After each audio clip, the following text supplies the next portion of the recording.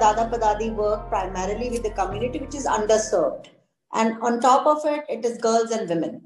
So when you work with girls, like there's a mindset about everything about girls. So first thing for us was safety and security of the girls. So unfortunately, during this pandemic, I'm going a little off the topic, sorry, because first and foremost, what we realized was that child marriages again came back, and incidents of child labor, especially in cases of girls, again came back. Trafficking came back, which is a huge issue in itself. So digital learning for us, digital arena itself was a tool for us to ensure that each and every girl is safe. So what we did was, like, we had the system of safety attendance, and we told the parents that, okay, you are the ones who are going to introduce us to your daughter every day through your smartphone. So like, I don't want to go into what all we did there, but that was very important. But second thing was, which was very important, was that to have a, as which Harsh has already also said, buy-in from the community. Because when the girl is in the school, it's okay for the parents. But when the girl is at home and she is sitting in front of a gadget, and parents do not understand what she is doing on the gadget, or the brother does not have that gadget, becomes very threatening for parents and the brothers as well.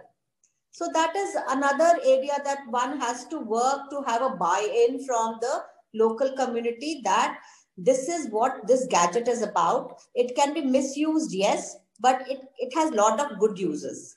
So that is a second thing, because most of the people, if you will see that we work with, they have basic phones. They don't have even smartphones.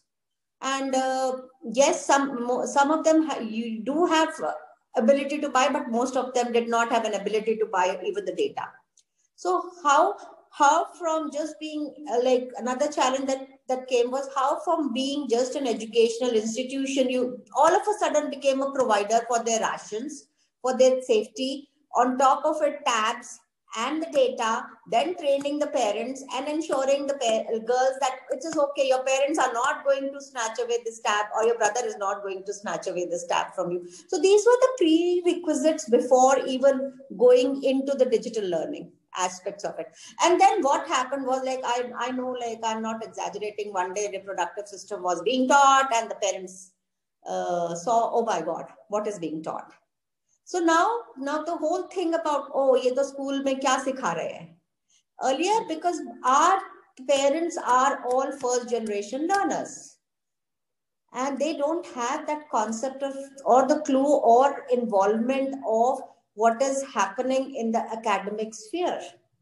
So all those are the challenges which opened up a new thinking in terms of integration of education at the community level, I will say.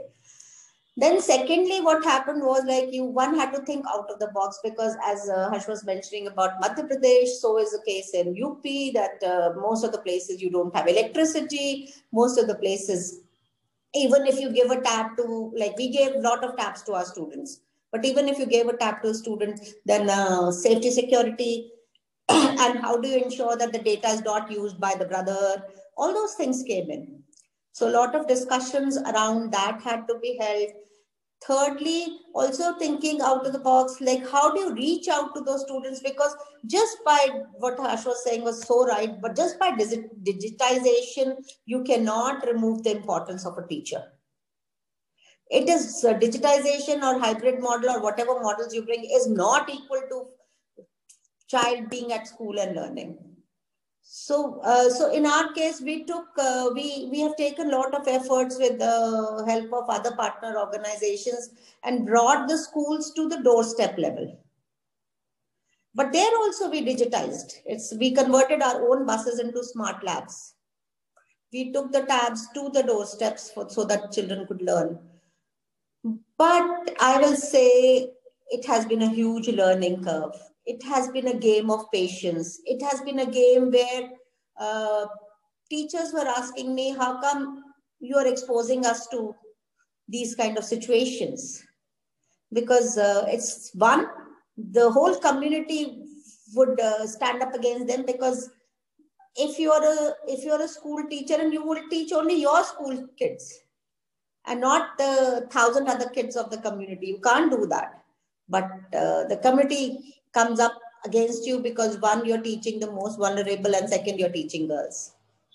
So those are there are a lot of those kind of issues. But the good news is that it helped us to to be in a situation of leapfrog jump, because very quickly everybody learned how to use technology, how to do your research, what kind of content that needs to go in, how do you monitor your classrooms, though, because sometimes when you're when Santoshji was saying that when you're in classroom, you see your children, but when you're on this thing, you don't get the response and reactions.